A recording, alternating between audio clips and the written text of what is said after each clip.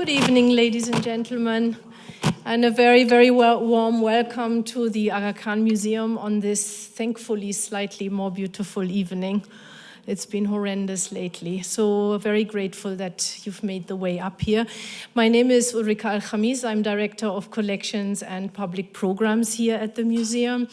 And before I introduce our speaker tonight, I would very much like to acknowledge the land on which the Azra Akšamija Museum stands, because it is a land that has been a meeting place for cultures for many hundreds of years under the stewardship of the indigenous peoples of Turtle Island, including the Huron-Wendat, the Petun First Nations, and most recently, of course, the Mississaugas of the Credit River. We honor them and we express our sincere gratitude for their stewardship. It is my great pleasure and privilege today to introduce the second speaker in our Changemakers Talk Series, a spectacular individual and intellectual and academic, a trailblazing artist activist, and a very dear colleague and friend who has awed me ever since I first invited her to speak at an international symposium in the United Arab Emirates in 2014. Dr. Azra Akšamija is a true citizen of the world. Born in Sarajevo, the capital of Bosnia and Herzegovina, she graduated from the Faculty of Architecture at the Technical University of Graz in Austria in 2001. And then she moved to the US, where she did her master's in architecture at Princeton in 2004, followed by her PhD at MIT in 2011. Since then, she has dedicated her life to exploring and championing the potential of architecture and the arts in intercultural identity building, as well as intercommunal mediation, conflict resolution, and post-conflict peace building between Muslims and non-Muslims, as well as among Muslims themselves. As director of MIT's Future Heritage Lab, which was established in 2015, Azra has spearheaded several artistic projects with refugee communities affected by conflict and crisis, most recently in the Al-Azraq refugee camp in Jordan, and also in collaboration with Sharjah Museums Authority in the United Arab Emirates. Azra's artistic approach, as you will see, is mind-blowingly versatile. She may be an architectural historian by trade, but her keen and really mesmerizing artistic instinct and intellect may manifest themselves in a whole host of different media, from clothing to video, from performance to sculpture, from installation art to new media. Her work has been very widely published and exhibited across Europe, including the 54th Venice Biennale and in the United States. So, in short, she is cool. And it is a true privilege to have her here. Before I invite Azra to the podium, though, please may I ask you to silence your mobile phones. Let's be in the moment for an hour and forget the world. And please may I also remind you that video recording and voice recording are not permitted tonight. And now, please welcome our very special guest speaker, Dr. Azra Akšamija.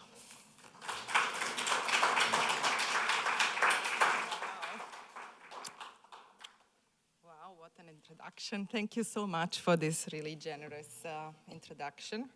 Thank you all for coming. I'm really honored to be here, and this is one of my favorite museums with incredible out-of-the-box exhibitions that aim to not only educate, but really connect and immerse us in a truly transcultural experience. So thank you for having me here. So tonight I'm coming to you as a kind of interdisciplinary person. I will be showing 3 projects through which I would like to explain a kind of beginning of a concept that I'm working on currently, on performative preservation. The lab that I'm heading at MIT is called Future Heritage Lab, and the mission of this lab is to think about the future of heritage and how can we shape our future by learning from the past, but also that what we produce today is shaping the very future. And our focus is creative response to conflict and crisis, and we think about ways in which art and architecture could be meaningfully deployed to bring communities in a kind of closer dialogue, create an understanding between cultures, but also address the pressing needs and destruction and displacement that is happening and threatening our world today. Performative preservation is about deployment of artistic methods specifically in a kind of for the social cause, connecting the realm of cultural preservation, concerned specifically with the massive destruction of cultural heritage as we are witnessing it today in the Middle East, with the future of those communities and the kind of social dimension of those who are affected by these wars and destructions. And that's why I'm showing these two images. This is really like the mergence of the two. And how can preservation be about cultivating positive aspects of human interdependence in the wake of such threats that are facing our communities today around the globe? This work is motivated by my personal experiences, but also my academic research. My work in my dissertation was about kind of coexistence in Bosnia and how cultural heritage was purposely targeted to revise collective memory and kind of destroy the history of coexistence in the region. So in Bosnia and Herzegovina, where I come from, you know, the city of Sarajevo, where I was born, is actually called Jerusalem of Europe, because you have in the 500-meter proximity the major Catholic church, the Orthodox church, the synagogue, and the main mosque standing literally next to each other. And this is not only in the capital, but every little town and little village, like in this case of Bosanska Krupa, you have these temples standing next to each other. And this fact alone is evidence that coexistence was not only possible, but prevalent in that region. So in a way, heritage provides evidence of existence and coexistence. And it also provides an opportunity for cross-cultural fertilization. In Bosnia, we learned from each other. You have mosques that have Gothic windows. You have synagogues that have Islamic ornaments in them. You have churches with carpets. Architecture embodies really and creates this coexistence. And this fact that the architecture and heritage provides evidence of coexistence stood in the way, of course, in the early 90s when the war in the Balkans began, of kind of recreating that society into hostile, mutually alienated enclaves. I will not have time to go into kind of reasons and history of this war, but I just want to show the fact that the power of heritage to revise memory. So in Bosnia itself, we had over 2,000 monuments. Religious buildings were systematically and deliberately targeted. Not only, this was not collateral damage. Tanks were targeted as these buildings in a way, and I studied these phenomena, like someone actually stood and shot at this minaret, which would then collapse onto the roof and increase the impact of the damage. All ethnic groups were affected by this destruction, however, not to the same extent. You have around 1,400 mosques that were heavily or completely destroyed, and approximately 200 churches. Of those, maybe 2 or 3 Orthodox, the rest is Catholic. So this also reflects a kind of the warfare and the targeting. The strategy of ethnic cleansing in Bosnia was, on the one hand, targeted at people, erasing human life, and really killing or displacing people who were recognized as enemies based on their ethnic or religious affiliation. On the other hand, erasing evidence of their existence in a certain territory. And for that reason, libraries, archives, schools, religious sites were targeted. Here you see an image of what Andras Riedelmeier Aga Khan Documentation Center had at Harvard has called the largest single incident of book burning in modern history. The Neomurish, former city hall and university library was targeted in '92 by Serbian nationalist military forces from sieging the city of Sarajevo with incendiary grenades. And when people built human chains to rescue the books from burning, they were shot by snipers to prevent firefighting operations. So this was really a target. And the ashes of this library were raining for days. There were 200,000 books and rare codices and manuscripts, the Oriental Archive, a lot of things that no one actually studied. We don't even know what we have lost, were lost to ashes. Beyond this destruction, this is also something that I studied, it was not really only about the destruction of evidence of existence, but also there was a symbolism in this warfare. Buildings were destroyed on specific religious holidays.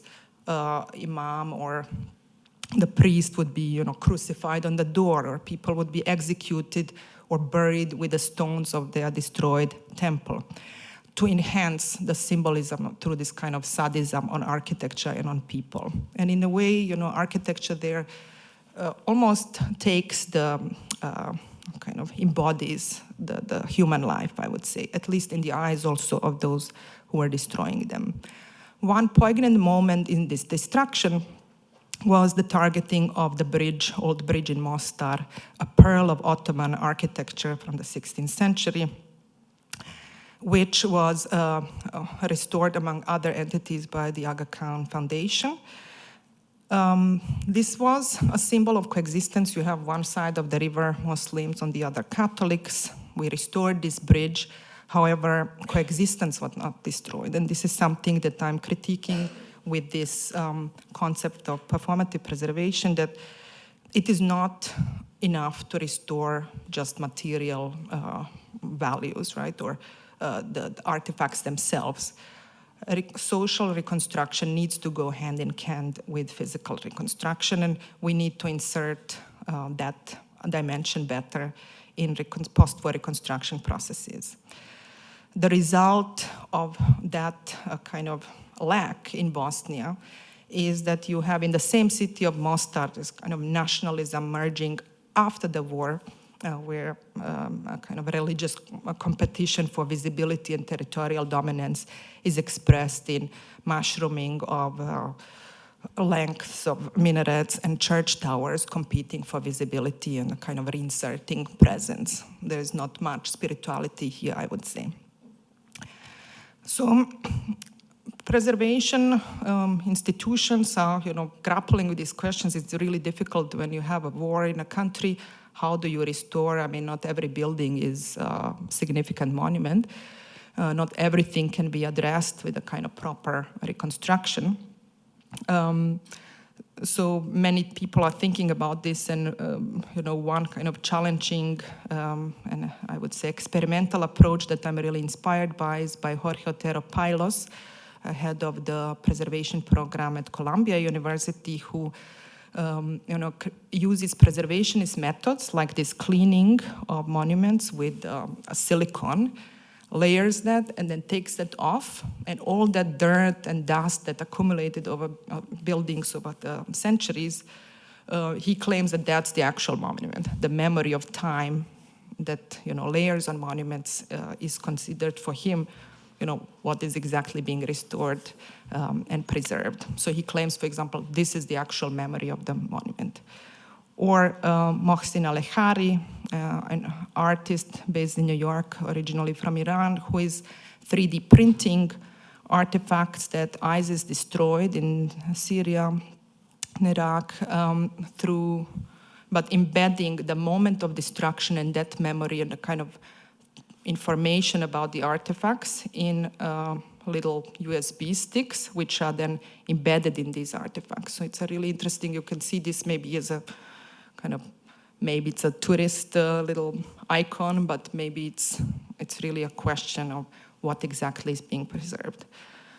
So my concept of performative preservation, which I'll show later with this example of a memory matrix project, which simulates the kind of appearance of the Palmyra Arch, deals with these questions. What are we preserving? Who is preserving? To what end? Is preservation to be considered as a kind of ongoing process? To what moment in history do we go back to kind of recapture our past?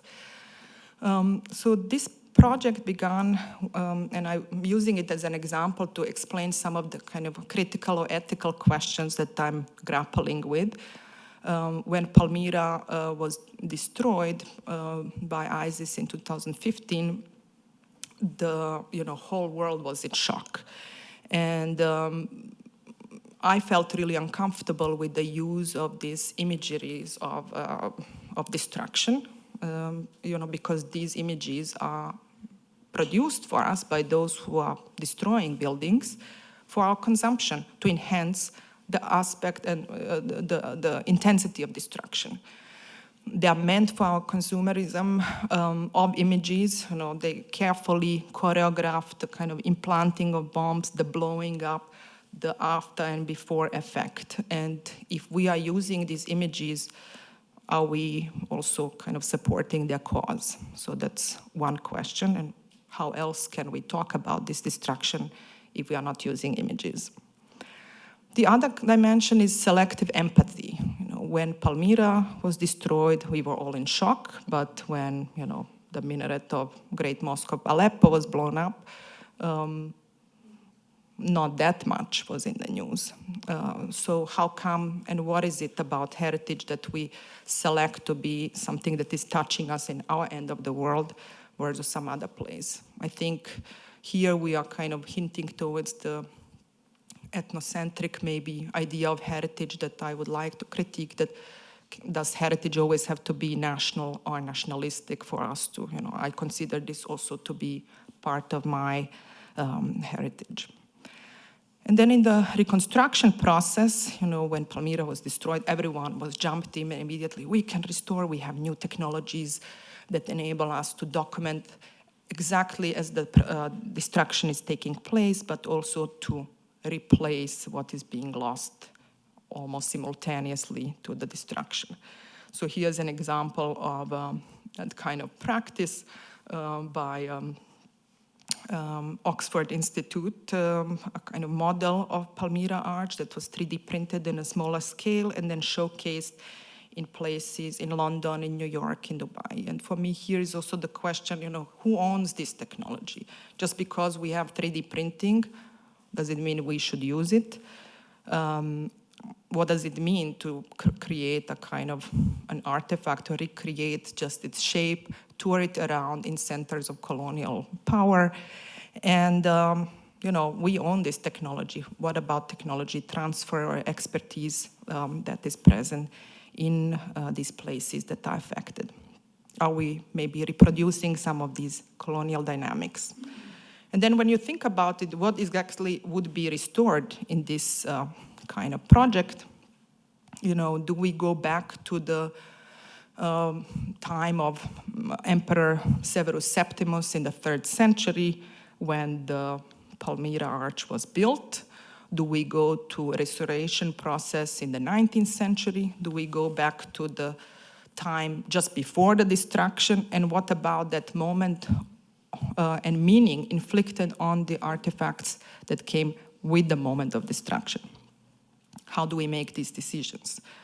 And finally, who gets to rebuild? And Palmyra is really a wonderful example of a kind of international battle over territory and dominance and use of heritage for political promotion and political purposes. What could be in all of these discussions the role of art? One thing we can learn from Syrian refugees themselves, this is in Azraq Camp, a man or a group of men have organized themselves in something like this Future Heritage Lab, where they build little models of heritage that they know from Syria, in this case from mud and kebab sticks. And I think here, art provides a kind of therapeutic moment for the group, not to remember who you are, where you come from. However, they are not necessarily sharing this knowledge. It's just for themselves, and they are dealing with their awful situation in this way. What could be the role of cultural institutions, museums like this one here? One really interesting example comes from Berlin, where a number of institutions opened their doors to Syrian refugees and offering them jobs. Asylum seekers and refugees are often kind of put at the end of the city. No one knows they're there.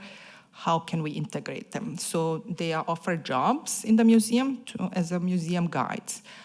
But interestingly, they didn't choose to tour you through Syrian heritage, or Middle Eastern section. They say, we want to do German section. I want to learn the place where I'm about. So that's also kind of, again, the challenge to Eurocentric aspects. So I would like to show 3 projects today. One is about restorative memory, how art provides a form of restoring certain sense of dignity and recording of your personal memory. Stories that are maybe not acknowledged in official narratives. Empathetic immersion, which is about creating a sense of care. How do you connect distant places? Why shall we care about loss of heritage in some distant place in the world? And then cultural technologies, tools, processes, objects of cultural value that we are producing together with Syrian refugees in Jordan. So the first project is a monument in waiting. It is a hand-woven carpet, approximately like 3 meters high. Actually, this was exhibited 2 years ago at the Ismaili Center here. This carpet tells a story about the genocide in Bosnia, and through a story of 9 mosques that were purposely destroyed during the war. Historically, carpets and weaving provides a form of recording memory, encoding in it prayers, wishes, desires, and events that are taking place. And, as events change, this tradition also changed. So I was inspired by the Afghan war carpets. As you see here, one motive, an example, after 30 years of violence or more, traditional patterns started changing, and they are making tanks and Kalashnikovs depictions in these traditional carpets. So my carpet here is surrounded by grenades, transformed Bosnian carpet iconography that tells a story about the war, mines, and barbed wire for representing concentration camps. And then there is this central motif. Usually carpets have the kind of the border and the central motif. Here, the motif is the tree of life, a transcultural symbol present in many places that really talks about human life. And I coded this tree with information that comes from my own studies and Andras Riedelmeyer's database about the destruction and reconstruction intensity of these buildings that were targeted. Each branch is one story, and the leaves painted are yes or no.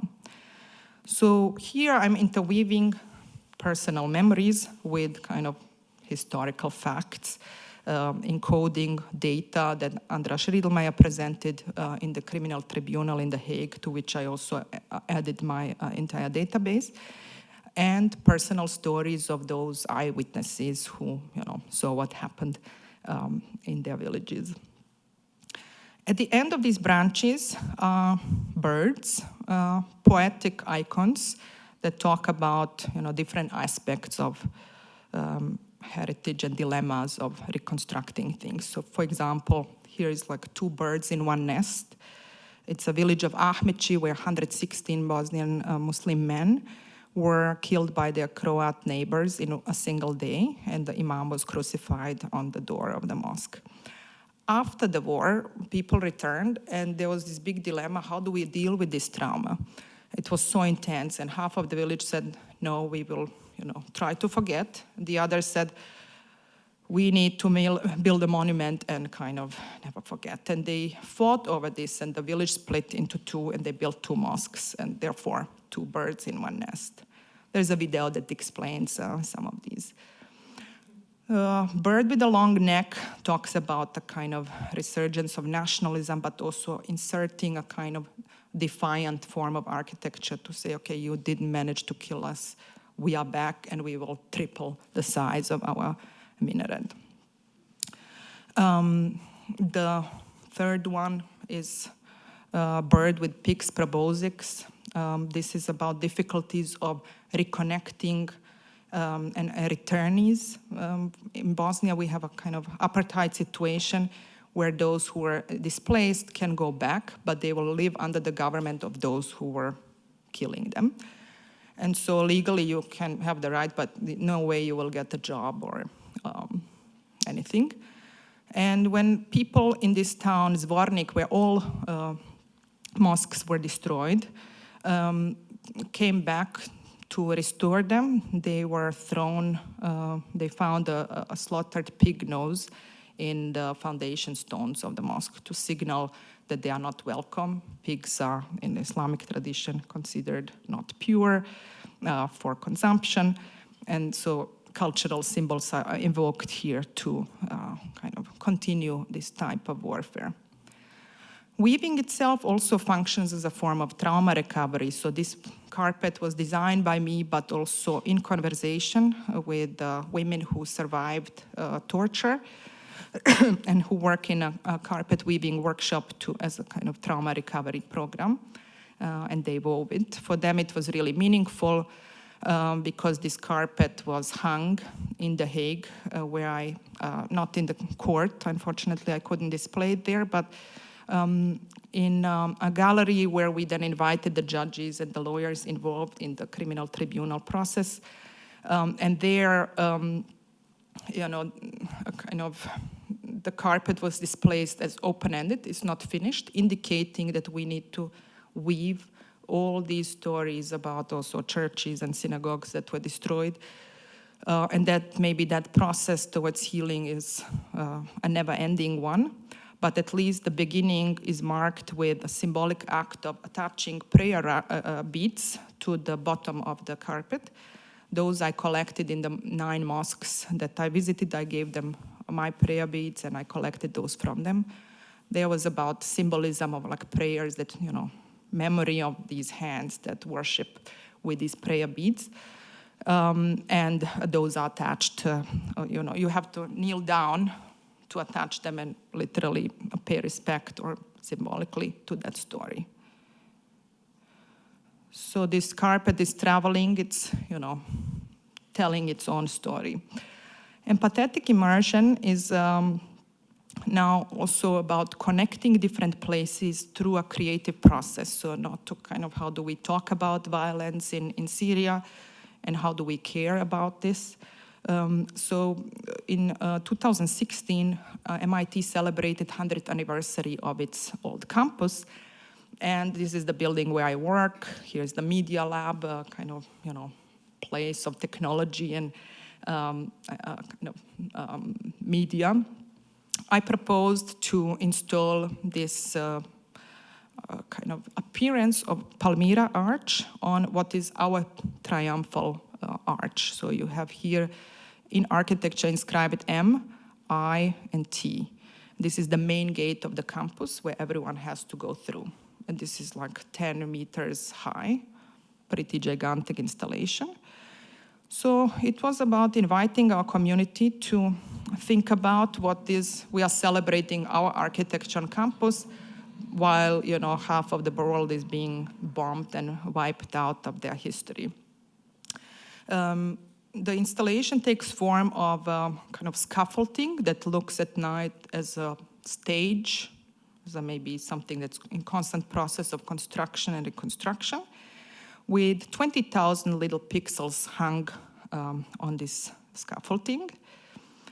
To the early idea of, you know, images, how do we talk about destruction without use of images? I worked here with anamorphic image.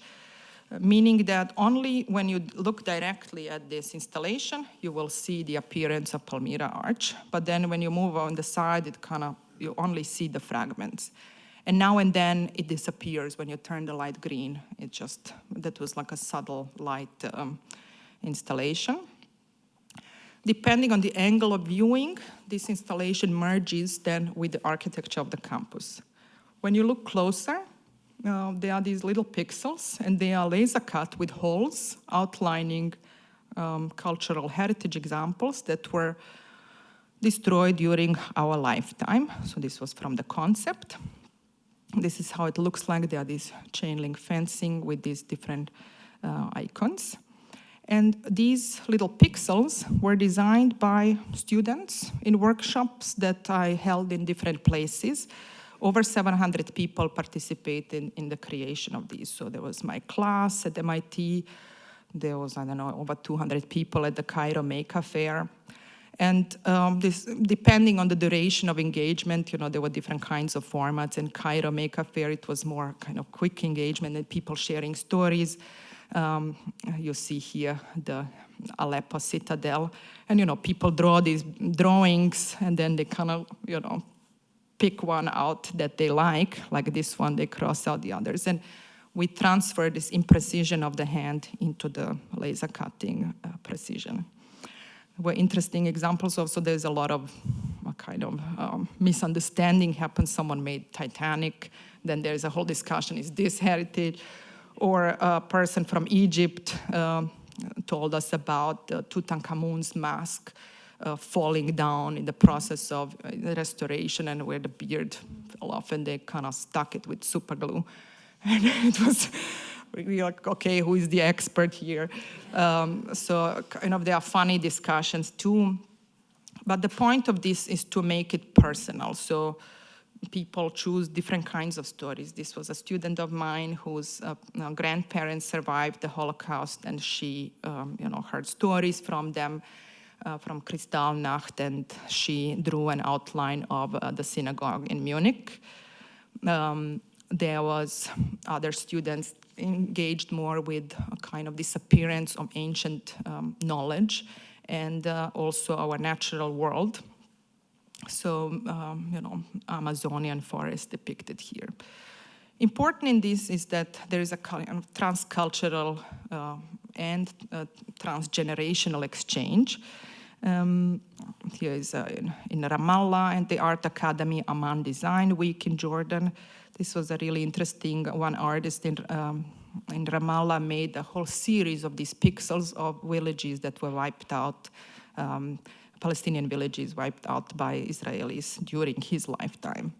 And then, visitors from New York, someone made the Twin Towers, and there's the Ishtar Gate. You see at the pixel, they are designed to look like keychains, symbolically representing all these displaced people who lost their homes. And there is a little code here, which is an invention by my husband, Dietmar Offenhuber, with the idea to test blockchain technology to kind of embed information about artifacts as an indestructible evidence, and you disseminate it through blockchain across the world.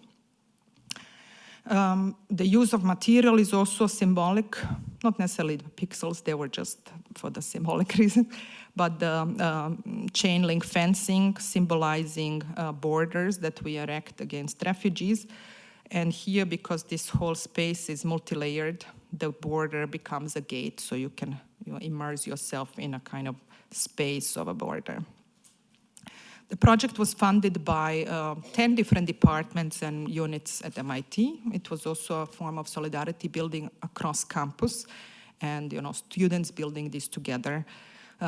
Also engagement of children through this kind of, the cutout becomes a little piece of jewelry where you can engage different types of audiences and generations.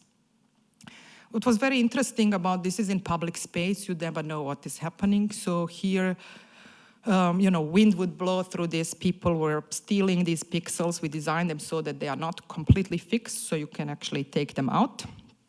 One night, there was this insane Cambridge weather. where half of the pixels were blasted out, and they were kind of shooting on the people passing underneath. Not dangerous, but really quite scary because the wind was also blowing into the pipes and it sounded like war. So no matter what you did with this, when these pixels were on the floor, people would pick them up, repair the installation, or steal them, or just walk over it. You were always engaged as you are with heritage. So much to that, and this was a way to kind of work across borders, but also immerse our audience. This project generated then funding for us to then go into these communities that are affected by this destruction. In 2016, I launched also a satellite hub of this Future Heritage Lab in the Azraq refugee camp in Jordan. Jordan is one of the countries that took the most number of Syrian refugees. It's a poor country, and they are welcomed really people with open arms. But it is difficult to accommodate 1,000 people coming in these camps per day. Azraq Camp is established in 2014. It houses around 55,000 Syrian refugees.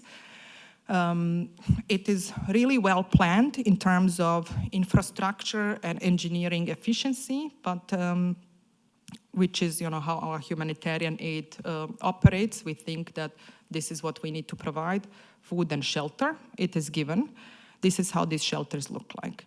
So the entire family without the ground is in one space, and there's nothing to do. You wake up, you have no past, you have nothing to do at your present, and the future is completely insecure. In this, I think culture and art in this kind of situation is of vital importance to restore human dignity and give some form of hope and provide a vehicle to remember, but also to educate and connect. So we started there. I mean, I didn't, it's the first time I started working in this kind of context. So approached both local academic institution, German Jordanian University, and with this partnership, we started going into the camps and surveying with people what they would like to show and what they consider to be lacking in their lives. So we are currently working on a book of 1002 Invention, showcasing the creativity and ingenuity of Syrian designers, artists, and makers. How are people humanizing humanitarian aid? And through this lens of inventions, showing basically what's missing and what we are not considering in humanitarian aid. I will guide you now through a poem that we jointly wrote with the group of young journalists in the camp, 16-year-olds that started a journal to document their life. The photographs are choreographed through this poem. Placed in a timeless space, trapped yet alive,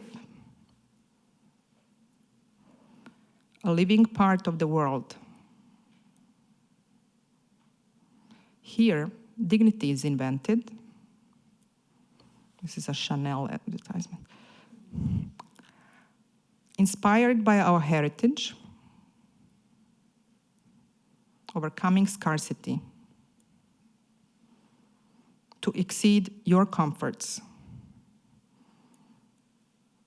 living memory of home, still human. These are such incredible projects. We are documenting those with kind of reverse engineering of inventions. So this is a chess game made out of carved broomstick.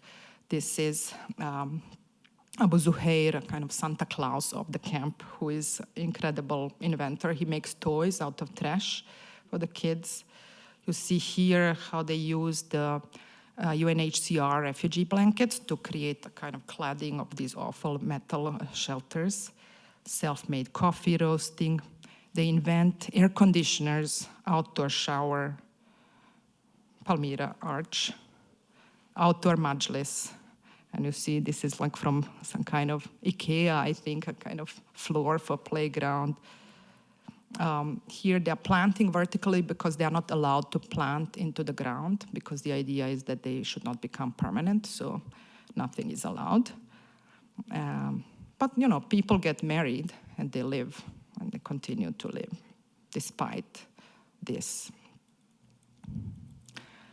So, based on these inventions, together with the people, we are developing an online course called Design and Scarcity, which talks about, on the one hand, ethics of humanitarian aid and kind of the need for cultural dimension. And then inventions and learning from the people. And an offline component of this will be downloaded in the camp. So they will get the certificates from MIT. And, it will be Arabized through Azraq, which is an Arabic version of MIT-X online platform to impact a broader region. The Code of Ethics project is, a question mark. It's a kind of vehicle through which I teach, where together with students, we take best and worst practices of artistic, designerly, architectural interventions in conflict and crisis and evaluate them both for aesthetic and a kind of designerly, but also ethical and social dimensions. And this really provides a better understanding for the students and us, what exactly are we doing? And we are also bringing our own bias into these places. Just the fact that we can leave the camp and they cannot is already telling you a lot. But what does it mean to store artifacts in museums if these people considered these artifacts to be actually living beings? And how do you freeze them to prevent them from moths? How do you go about these preservationist practices? What about social entrepreneurship projects like this that are started by two Syrian ladies who are working with Syrian refugees, designing dolls that talk about refugee experience but also provide income. So all of this goes onto a platform, and there's a kind of workshops that I organize around these questions. They are just series of conversations. We are not meaning to prescribe the ethics, but really open up a discussion and, think about what's ethical maybe in one context is not in another, and to raise awareness about these. So I reward the workshop participants with these chocolate coins with bittersweet taste. And one side says good intentions, the other side road to hell. So this is basically a continuous feeling that I have when working in this realm. Then this surveying of these inventions and problems led us to experiment in pedagogy. How can we maybe contribute? So I came up with this idea of a light weaver, a kind of device that could be used as a sculpture, as an educational device, as a way of illuminating shelters and telling stories, and getting young people excited about learning, because many of them drop out of school because they don't see a point of going to school because they think they will be stuck in these camps forever. So here there's an opportunity. We worked to work with museum collections. We worked with Metropolitan Museum's collection and Syrian clothing and embroidery. Transferred this into punch card patterns, which reflect a kind of reminiscent of the jacquard loom punch cards, but also Arabic lantern. And when you connect these three, the idea was to kind of create a three-dimensional weaving of light in space. Again, because you are not allowed to touch the space, so this is an opportunity to maybe animate it in some kind of culturally immersive experience.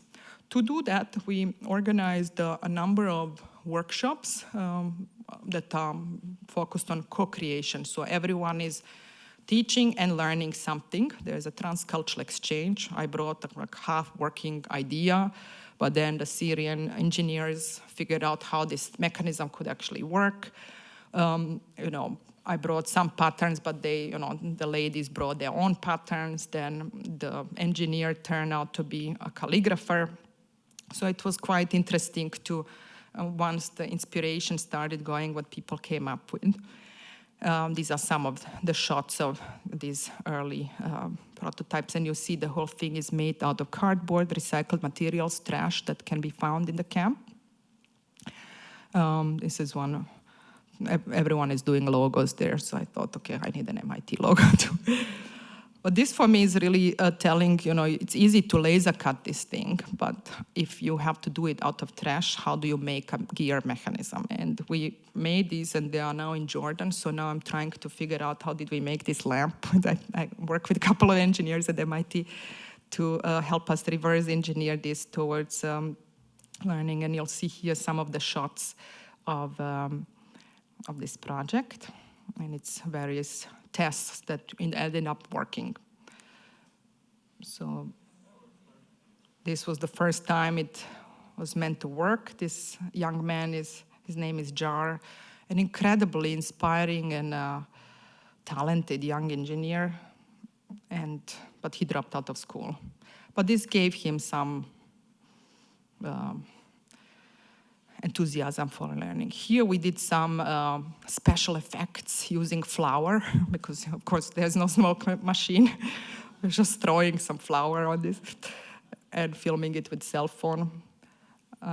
This is still moved by hand. It looks very special when you do a video, but it's kind of very low tech. And then there's a hope to also scale this up, so this system of light weaving can be connected, so you could actually make a whole space out of these. So based on this project, we received a place in the camp to start building something. I proposed a space for these inventions to happen, so a kind of showcase gallery / cultural space / tea house, where people would come and you would actually see the things that people make. You could copy that air conditioner that someone made or that water fountain. And we would facilitate that, because everything needs to be facilitated by something. So, okay. I think with this, I would like to end and open for your questions. I think for me, the summary of all of this is we are continuing the work, and there are a number of different projects we are working on now in the camp, is to try to insert the dialogue about cultural heritage and the need to preserve into the humanitarian discourse, and to say, okay, the way they use art is more like, okay, a little bit entertainment of people. But can we think about ways in which cultural heritage can inform both educational processes, not only about heritage, but also mathematics? And this exhibition that you have about the moon is precisely doing that, right? But also when people go back, how will they restore their society, and how will they, if they move somewhere else, connect to other cultures? So here, heritage provides a vehicle to, go beyond your own idea of identity and to connect to other people like human beings. Thank you.